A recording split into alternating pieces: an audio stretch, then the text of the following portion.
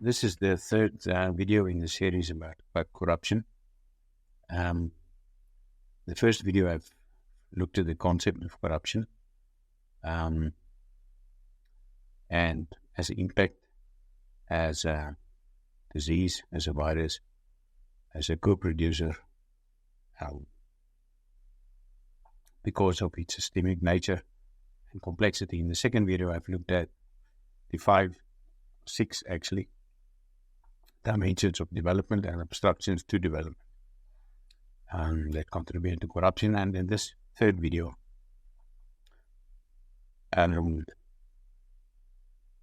follows on the development, the six dimensions of development as that can lead, if not fulfilled or optimized, to corruption or contribute to corruption, put it that way. Because corruption is a systemic concept and that's not linear, based on factors. Now, the first dimension is the economic system. The purpose of any economic system should be to create opportunities for wealth creation for everybody in terms of input and opportunities, but not in terms of outcome. Because quality of outcome is not based on merit. We're all different in terms of talents and productivity, and exploiting and seeing opportunities in terms of entrepreneurship. So if you look at the global system, we will, in this video, from the lens of the six dimensions of development, we will then look at the global system of economics, of politics, of knowledge, science, technology as the third dimension. Then aesthetics, what we call beauty, and then ethics, morality, and the last one, also then spirituality. My apology. So if we look at the education, the economic system, and here I now include also the financial system in the world, we will see that the American system is based, is the dollar. The American dollar is the reserve currency of the world, has been agreed after the Second World War, that it will be the reserve currency of the world. That means that most transactions and trading are taking place in the American dollar, and because of that, a lot of value is being added or not being added at the moment, and because of the printing of money, what we call quantitative easing of the Federal Reserve, which is a private institution, put it that way, a private company, and not a government-owned system. So the printing of money by the Federal Reserve has never been more than during and since the time of COVID-19. More money have been printed, and these statistics are available since COVID-19 than ever before in the history of the world. So the world is basically locked into a economic and financial system that is supposed to create wealth for everybody, or at least opportunity if they work and perform, but which is not the case because the deterioration of the dollar that's not been linked to any asset value. Previously, it was linked to gold. The Bretton Woods principles of the dollar being backed up by gold has been decoupled by Nixon, that was eventually responsible for the Watergate scandal. And so it means that the utilization of the reserve currency of the world as a form of payment by other countries in the world for American products and services become a laughing stock. However, it is still the reserve currency in the world, and America is still the biggest economic powerhouse in the world. Now, if you want to look at the economic and financial system in the world, there's also the IMF, the World Bank, and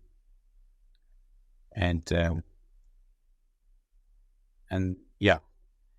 So the global finance is in control of the American system. That is not being backed by any commodity of value, not even property or gold or silver.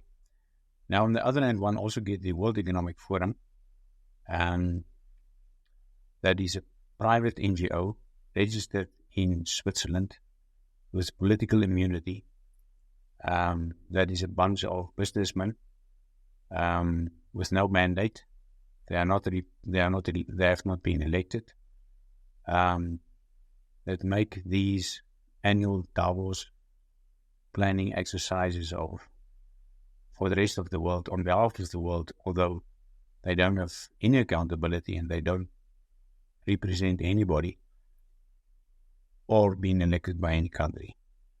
They are basically illegal because you cannot provide diplomatic immunity to a private organization, or it is not possible. So the Swiss government in itself are guilty of criminality. Now, the World Economic Forum propagates things like you will own nothing and you will be happy. Typical totalitarian, communist, socialistic concept that is not there for fulfilling the purpose of any economic system, namely to create wealth for everybody. And the World Economic Forum also being assisted by other, like the Bank of International Settlements, that is the head of the World Economic Forum, to put it that way, where the instructions are coming from. You seldom hear from them. They are the central bank of all central banks. And all governments need to follow the instructions of the World Economic Forum. And in terms of health, governments following the instructions of the World Health Organization. And we have seen what happened during COVID-19. So the economic system of the world is completely corrupt. And will probably transfer to a quantum-based digital currency system. On the other hand, there's also the BRICS system. BRICS are signing up. A lot of countries have been signing up. And they will definitely also develop their own digital-based currency system, where it's seemingly at this place, one of the possibilities is that every country that is part a member of BRICS are then will pledge a certain commodity of value, of which they have the most or the most valuable. So Saudi Arabia will, for example, pledge oil as one of the, if the not the richest country in the world in terms of oil reserves. So that will be a counter for the reserve currency of the America, and I see this a very good thing. We will see how we develop. It will have a slow development, and it's not going to take over the American dollar as the reserve currency of the world very soon. However, the BRICS countries already, Russia, China, India, already present far more than half of the population of the world in terms of territory and as well as in terms of people. China with 1.4 billion, India also 1.2 billion, for example, already. So of the estimated 8 million in the world, or 8.2 million at the moment. Then if you look at the political system,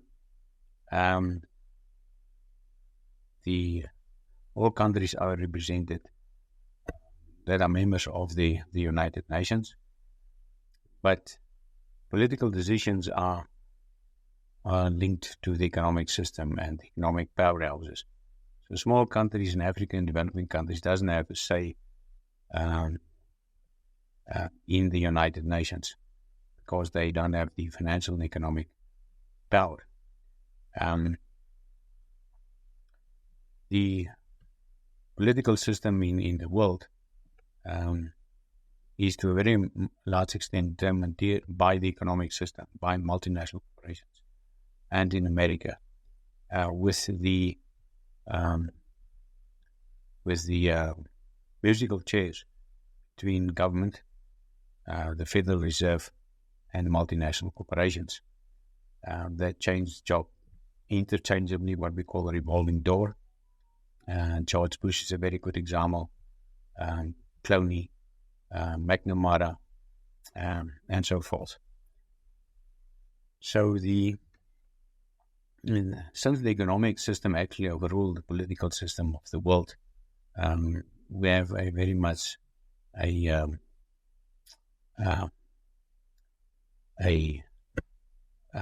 the World Economic Forum that is based on businesses, the biggest businesses with the biggest family-owned businesses.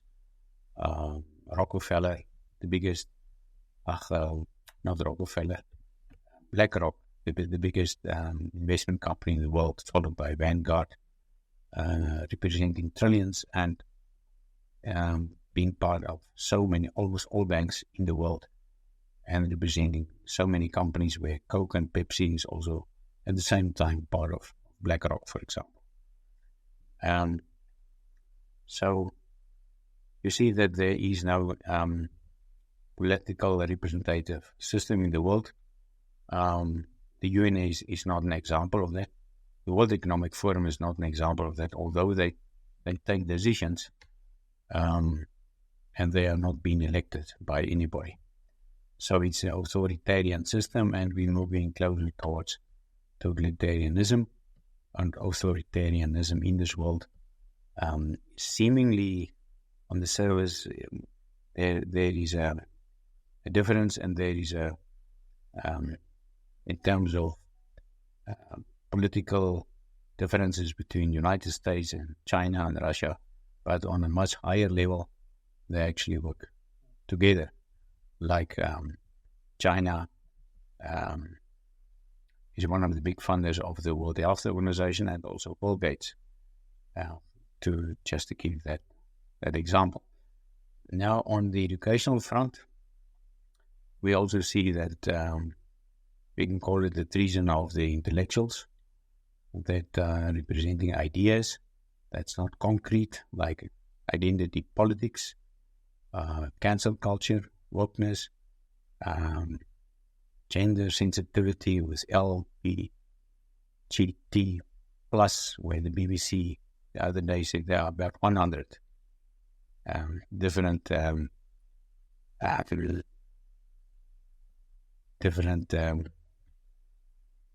genders or sexual orientations, put it that way. Because if there are only two genders, you're either male or female born, but these days people can select their own sexual orientation based on their feelings and not based on their biology. So the liberal left intellectuals, which is the major part of all intellectuals in the world, create these and support these ideas of victimhood, where there's a national and Olympic champions for who is the biggest victim in the world. And you must belong, and you must be, you should be identified with a specific group, so that you can be separated and polarized and isolated as we have seen also during COVID-19 with unvaccinated and anti-vaccinated. So the intellectuals are not contributing to unity in the world. They are either being bought by big multinational corporations for sponsorships of money that goes so much to climate change, environmental protection, and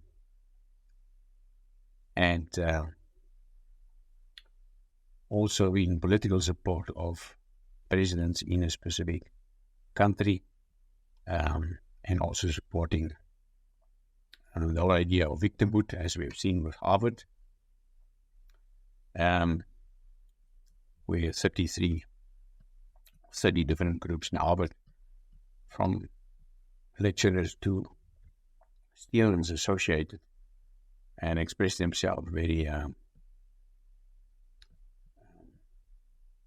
outwardly about the people in Gaza as being the victims. And later the president of Harvard actually then resigned, after she backtracked on her original words in terms of support for Hamas in Gaza, that is a terrorist organization. So the intellectuals in the world are also corrupt. They are not academically sound. It is an exception if you get an intellectual like Jordan Peterson. Also people like Douglas Murray, that is a journalist, and Thomas Sowell, that have a lot to say about inequality and the fact that equality of outcome is not possible, about cancel culture. So these concepts are being driven also or being supported by the intellectuals on the left. And that's why I'm saying that we're living in times where the intellectual elite are guilty of corruption. We also see that, and it's a worldwide trend, where politicians influence more their positions to abuse power, to put management in place in universities that represent political affiliations of a specific party, and to appoint more people that run an organization, while professors should actually be the people in a tertiary institution that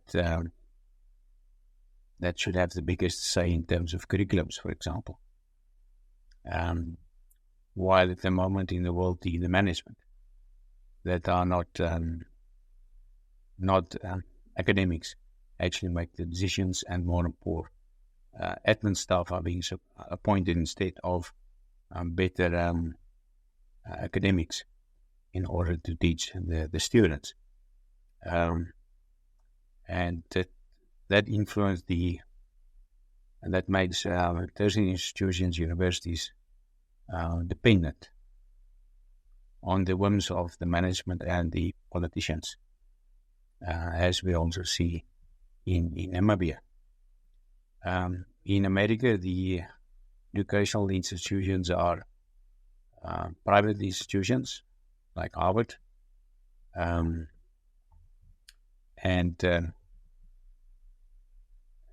in Germany, it's the universities are public institutions. In most African countries, developing countries, it's also public institutions. So it means they depend on government funding, and politicians determine the quality of outcome in these countries. And we know politicians are not the people that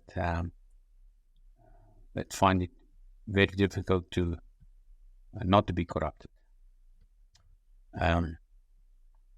So this is the score on the political system, then and the educational system. as well as the economic or financial system that we have looked at already. And then on the issue about the beauty, aesthetics, well, in the world we also see the influence of politics in art. That have always been the case in the world, where the musicians and the artists also being pressurized by politicians, although it's very difficult for politicians to have an effect on artists that are very innovative, and they represent the free will and free society and free choices of people with innovation. We also see the influence of politics and gender in art more and more. And that doesn't mean that that art itself has become corrupt. But it is so that there are more pressure on artists and musicians. But they will always remain, according to me, independent because of their ability to think not as a group, but as individuals. That is the stronghold of all artists and musicians, to dream about a better world and a better society as represented in music that is across boundaries of race and ethnicity, irrespective of political, economic, wealth, religion.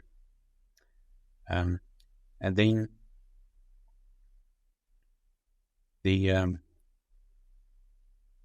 although in the Hollywood world we see the influence of big money in terms of actors, and the whole association with child trafficking, and also human trafficking, and the evils that goes with that. We've seen it also with Epstein. And now I would like to go to the spirituality. And we have seen during COVID-19 the influence of big governments on people's mindfulness to be disconnected from their own self, where people have been isolated in order not to be connected, to be disconnected, to become depressed, to influence them. The influence of the World Health Organization on spirituality have a positive influence in the world because people became more spiritually aware in the world due to what happened with the COVID-19, with forced vaccinations, where the free choices and free movement have been removed.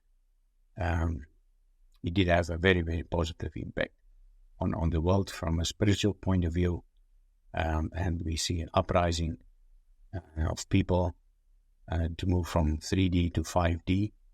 I'm not referring to 3G to 5G now. And in terms of ethics, also with COVID-19 and with the religious developments, religion always separate people, and it will always be the case, and it will be the challenge to look beyond religions and rather to spirituality in order to develop our own character from an ethical point of view. So the world is under pressure where there's not much trust between governments, between people in a country. The more corrupt the country is, like in a socialistic country and a communist country, the less people will trust each other, and because it's all based on lies, like in North Korea, for example. It doesn't mean there's not corruption in developed countries. The magnitude of corruption in developed countries are far more than in any developing country because of the pure scale of money in such countries. So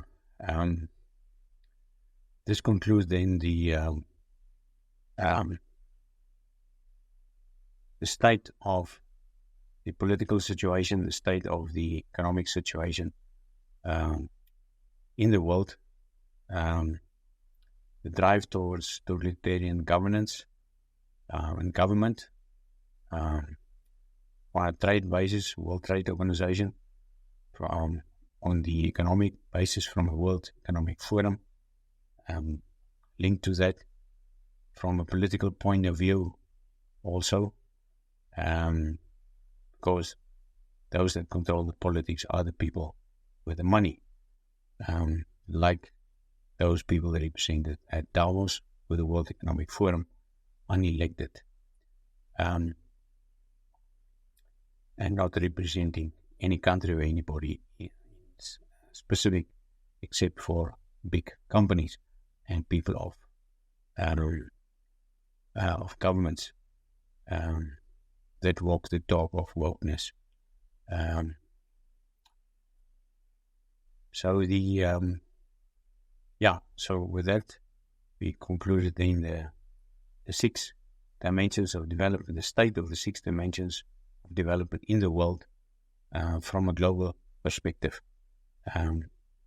that give us some bigger context to interpret corruption in this day and time.